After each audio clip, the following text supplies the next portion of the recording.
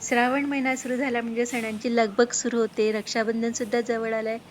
मग काहीतरी गोड हवंय किंवा मिठाई हवी, तर आज आपण बनवली घरच्या साहित्यात पेढे, ते सुद्धा अतिशय पौष्टिक असे. चला तर मग बघूयात कृती. संगीताज रेसिपीमध्ये आपल्या सर्वांचं खूप खूप स्वागत आहे. तर मी घेतले जवळपास 2 वाट्या आणि वजनी 100 ग्रॅम मखाणे, अर्धी वाटी डाळ. आता हे आपण हलकेसे असं भाजून घेणार आहोत. यातला जो दमटपणा आहे तो निघून जायला हवा आणि अगदी सहज याची पूड झाली पाहिजे म्हणून. हे बघा आता मी दाखवते, हे हाताने असं सहज याचा चुरा बनतोय. डाळ्या सुद्धा आपल्याला हलकेसे असे भाजून घ्यायचे आहे. आपण हे घरच्याच साहित्यात बनवत आहोत. बाहेरच्या मिठाया आपण सांगू शकत नाही. दुधाचा कोणाला पदार्थ चालता नाही चालत, तर त्यांच्यासाठी हे खूप उत्तम असा पर्याय आहे. आणि बाहेरच्या मिठाईंमध्ये एक भेसळचं प्रमाण सुद्धा असू शकतं. आता हे मखाणे आणि डाळ्या आपल्याला मिक्सरला अशी याची बारीक पूड करून घ्यायची आहे. आणि ही तयार झालेली पूड आता आपल्याला बारीक चाळणीने चाळून घ्यायची आहे. आता यामध्ये मी अर्धी वाटी साखर घेतलेली आहे. तुम्ही साखर कमी जास्त तुमच्या आवडीनुसार घेऊ शकता. आता आपण हे मिक्सरला बारीक करून घेतलंय. एका पॅनमध्ये साईसकट 1 वाटी आपण दूध घेतलेलं आहे. दूध नॉर्मल टेम्परेचरचंच आहे आणि तयार मिश्रण यामध्ये घालून घ्यायचं आहे. आणि हे आपल्याला मंद आचेवरच करायचं आहे आणि हे आपल्याला एकसारखं हलवत राहायचं आहे, जेणेकरून याच्या गुठळ्या व्हायला नको.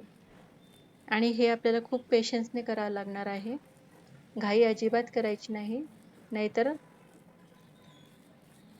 आपल्या पेढ्याचा कलरही बिघडू शकतो आणि चवही बिघडू शकते. म्हणून आपल्याला हे अगदी सावकाश मंद आचेवरच करायचं आहे.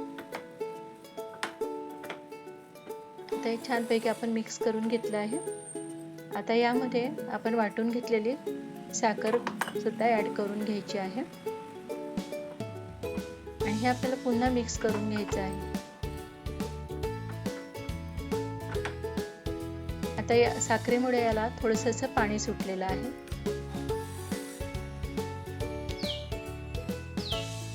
आता यामध्ये आपण 1 चमचा साजूक तूप सुद्धा घालून घेतलं आहे आणि हे आपल्याला पुन्हा मिक्स करून घ्यायचं आहे.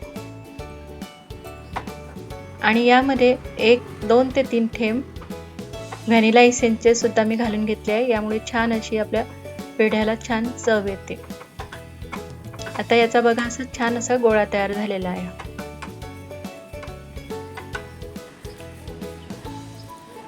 हे बघा आता मी तुम्हाला दाखवते हातात घेऊन. हे अशा प्रकारे हा पूर्ण गोळा तयार होतोय, म्हणजे आपले पेढे अगदी सहजपणे तयार होतील. आता पेढे करताना असं तुमच्याकडे छोटा चमचा असेल, म्हणजे आपल्याला एकाच साईजचे गोळे बनवायचे, म्हणून असं चमच्यामध्ये घेऊन आपण बनवू शकतो. किंवा तुमच्याकडे साचा असेल ह्या अशा प्रकारे, तर साच्यामध्ये सुद्धा तुम्ही बनवू शकता. तुम्हाला तुमच्याकडे जे अवेलेबल असेल त्याच्याने तुम्ही पेढे बनवू शकता.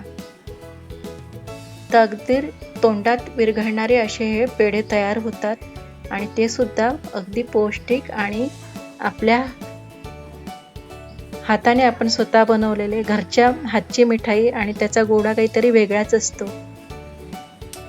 तर आता हे आपण एकसारखे असे आपण पेढे बनवून घेत आहोत.